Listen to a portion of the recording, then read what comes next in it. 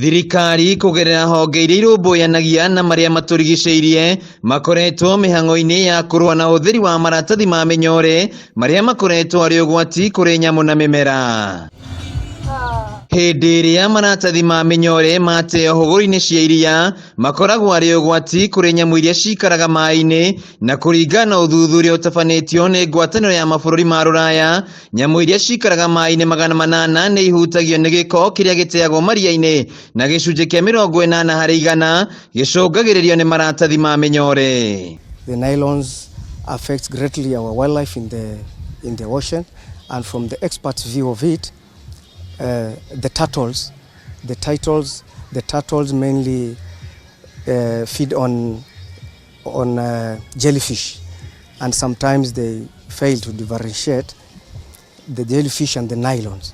So once a turtle feeds on a nylon, it affects it and it dies. Na nĩguo kũgirĩrĩria wanangĩki ũyũ, gĩkundi kĩa atumia arĩa marũmbũyanagia na maria marĩa manene kuma mabũrũri-inĩ ma irathĩro na mũhuro wa gĩtarũ kĩa Afrika na arĩa moĩkaine ta WOMESA nĩ manyitanĩire na rũhonge rwa ũgitĩri wa maĩ mwena wa gĩcũa-inĩ hamwe na rũhonge rwa ũtungata wa nyamũ cia gĩthaka KWS nĩguo gũtheria hũgũrũrũ cia iria.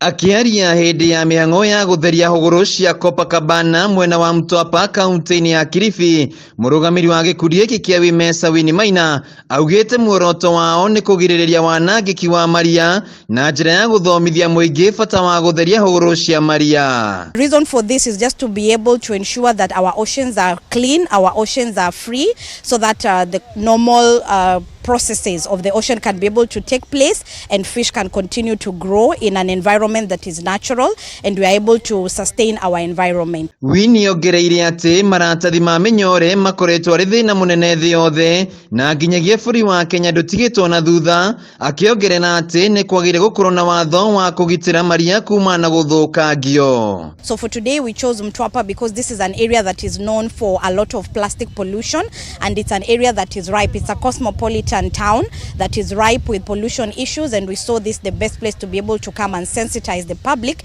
and be able to participate in this noble exercise. Linet Kiteresi Bai ni afitha kuma rũhonge-inĩ rwa ũthuthuria wa thamaki na augĩte atĩ kũrĩ na bata mũnene wa kũgiria gũteo kwa maratathi na cuba cia mĩnyore maĩ-inĩ.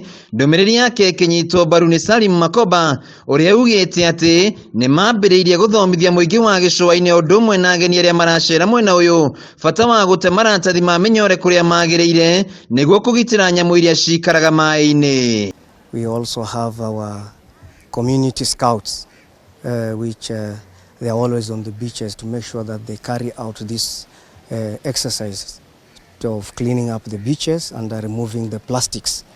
And we have also some dumping dumping sites of the plastics. This activity will ensure that there's reduction of waste that is entering into the marine environment, which is part of our management strategy on plastic litter. Handũ-inĩ ha Kameme TV, njĩtagwo Wainaina wa Kĩarie.